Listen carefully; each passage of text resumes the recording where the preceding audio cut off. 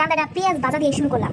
আজকে আমি কি রাঁধু, কাচ্চি বিরিয়ানি রাঁধু আমার জামাই লিগে। আমার জামাই নাকি খুব খাইবার মন চাইছে, তাই আর কোনো কিছু না বাইরে গেলাম ফ্রিজে, যাই দেখি একটুখানি মাংস হয়েছে ফ্রিজে, খাসির মাংস। জামাই কইলাম একটুখানি মাংস দিয়ে আর হইব, জামাই কয়, জামাই বেটা কয় খুব নাকি তার খাইবার মন চাইছে, আজকে না খাইলে তার সোল বইলে।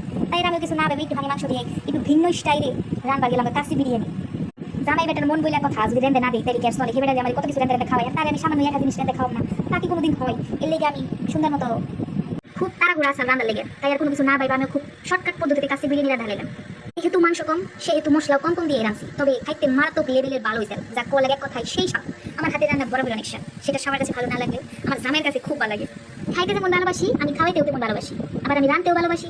এর লিগে আপনাকে ব্যাগের এই দাওয়াত রইলো, আপনারা ব্যক্তি আমার বাসায় বলবেন দাওয়াত খাওয়া লিয়া, বুঝছেন? এখন আবার রান্না দিতে কি কি দিলাম আপনাকে কি কেমন লাগবো আপনি তো এমনি সব জানেন, তাও একটু কইয়া দেই। সর্বপ্রথমে পেঁয়াজ বাসি, পেঁয়াজের মধ্যে দেই মাংস দিয়ে দিছি, দিয়ে কতক্ষণ লাইরে চাইরে তার মধ্যে দিয়ে দিছি হলুদ, মরিচ, ধনিয়া, লবণ, তারপর দিয়ে দিছি আদা বাটা, রসুন বাটা, জিরা বাটা, তারপর দিয়ে দিছি কি একটু জল, ভালো করে কষাইছি, কষিয়ে তেল তেল উঠছে, তারপরে ডেকে দিছি, ডেকে দিয়ে দিচ্ছি এবার ফাল টক টক করে ফুট পানছে, তারপরে দিয়ে দিছি দই, টক দই, দই দিয়ে কতক্ষণ বই রে কি করছি নাড়ছি মিশাইছি, তারপরে কষাইছি, তারপরে দিয়ে দিছি কি তার আগে দিছিলাম কাশি বিরিয়ানির মশলা, যা আমার বই একটু কেউ মনে নেই, আপনারা কিছু মনে করেন না, জানি ভুলভাল করে দিচ্ছি, আপনারা দেখেন দেখেন তাহলে বুঝবেন জানি কি দিছি আর কি দিইনি। যদি কোনো কিছু না দিয়ে থাকে তাহলে কমেন্টে করে এই জিনিসটা আমি দিই নাই, কম হয়েছে।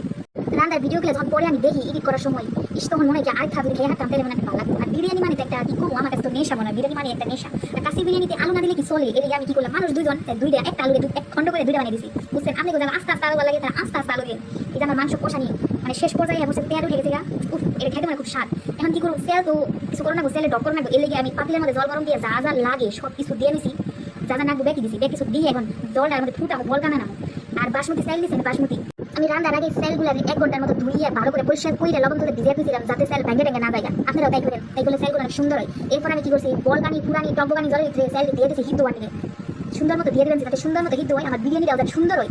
এই যে আমার সেল দিয়ে অবস্থা দেখলাম, একবার উঠিয়ে নেড়ে সাইডে দেখলাম আমার সেল কেমন হয়েছে, ও এখন হয় নাকি, এই আবার গুড়াটা দিয়ে আবার দিতে দিলাম। এখন আমার সেলও সিদ্ধ হয়ে গেছে, এখন আমি আবার একটু পেঁয়াজ বাছিলাম, প্রথমে দিয়ে উঠিয়ে রাখছিলাম, এই পেঁয়াজ একটু দিয়ে দিলাম, এটা দিচ্ছি ঘি, দুধ, তারপরে যে কি কি জানি দেয় নাম তো মনে থাকে না, বিরিয়ানি খেয়ে তো নাম মনে নেই, এটা কইলে মেশে নজর দিব, গোলাপ জল, কেওড়া জল সব কিছু দিয়ে মিশিয়ে দিয়ে দিছি। এখন আমি সেল দিয়ে ঢেকে দিব একবারে সুন্দর করে, সেল দিয়ে সুন্দর করে ঢাকুম, এই গাছ ঢাক পানছি, ঢাকার পরে সুন্দর করে সাইজ করে বানছি যাতে মাংস মুখে নিচে থাকে দেখা না যায়। কয়টা সেল আছে সুন্দর মতো ঢাইতে দিয়ে আবার এই ঘিটি দিয়ে দুধ দিয়ে যা যা মিশিয়ে বানিয়েছিলাম সুন্দর মতো দিয়ে দিলাম, পেঁয়াজ টিয়াজ আমার সব কিছু হয়েছে। এখন দমে বহিয়ে দিন, আমি একটু কাশি বিরিয়ানি মশলা ছিটিয়ে দিয়েছিলাম, এখন দমে দিয়ে দিলাম 30 মিনিটের জন্য।